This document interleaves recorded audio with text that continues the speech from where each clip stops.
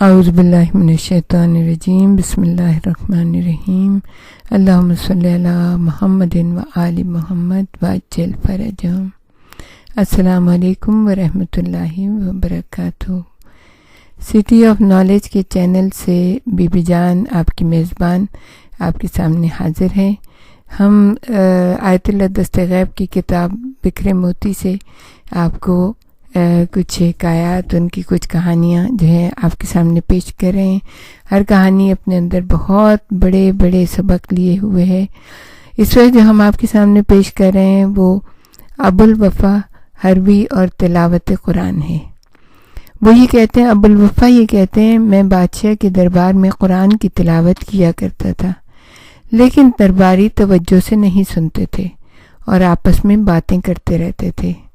غالباً یہی وجہ تھی کہ میں نے پیغمبر اکرم صلی اللہ علیہ وآلہ وسلم کو خواب میں دیکھا۔ آپ کا چہرہ متغیر ہے اور مجھ سے فرما رہے ہیں، تم ان لوگوں میں قرآن پڑھتے ہو جو اسے توجہ سے نہیں سنتے اور آپس میں بات چیت کرتے رہتے ہیں۔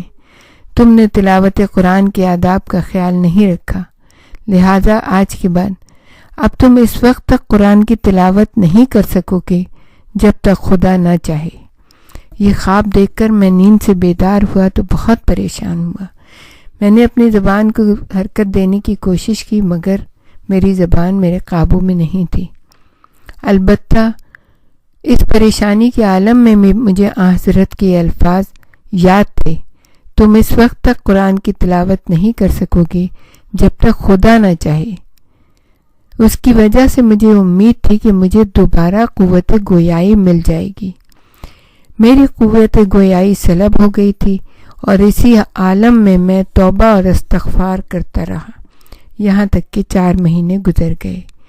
ایک مرتبہ جب میں اسی جگہ پر سویا ہوا تھا، میں نے خواب میں جناب سرور کائنات محمد مصطفیٰ صلی اللہ علیہ وآلہ وسلم کو دیکھا۔ اتنے عرصے کے بعد آپ کو دیکھ کر میں بہت خوش ہوا۔ آپ میرے خواب میں آئے اور فرمایا، کیا تم نے دل سے توبہ کر لی ہے؟ میں نے جواب دیا، جی ہاں اللہ کے رسول، میں نے توبہ کر لی ہے۔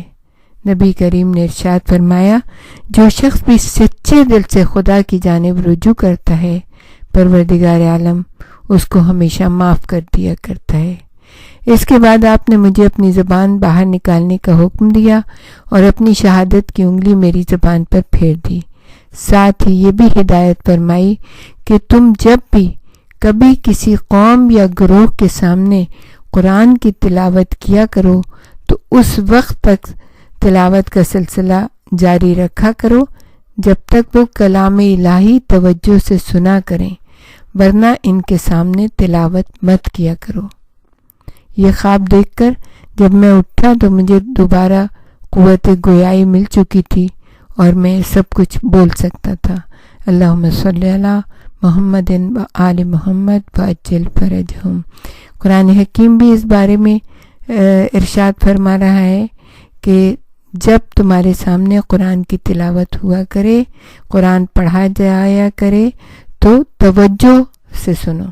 تو اگر کوئی توجہ سے نہیں سن رہا تو اس کی وجہ سے پھر اس وقت قرآن کی تلاوت روک دینی چاہیے، کیونکہ یہ اللہ کا کلام ہے۔ سننے والے کے اوپر بھی واجب ہے کہ خاموشی سے اور توجہ سے سنیں، اور پڑھنے والے کے اوپر بھی یہ واجب ہے کہ اس کو صحیح طریقے سے ان لوگوں کے سامنے تلاوت کرے کہ جو واقعی اس کو دلچسپی اور توجہ سے سننا چاہتے ہیں۔ وآخر دعوانا ان الحمد للہ رب العالمین۔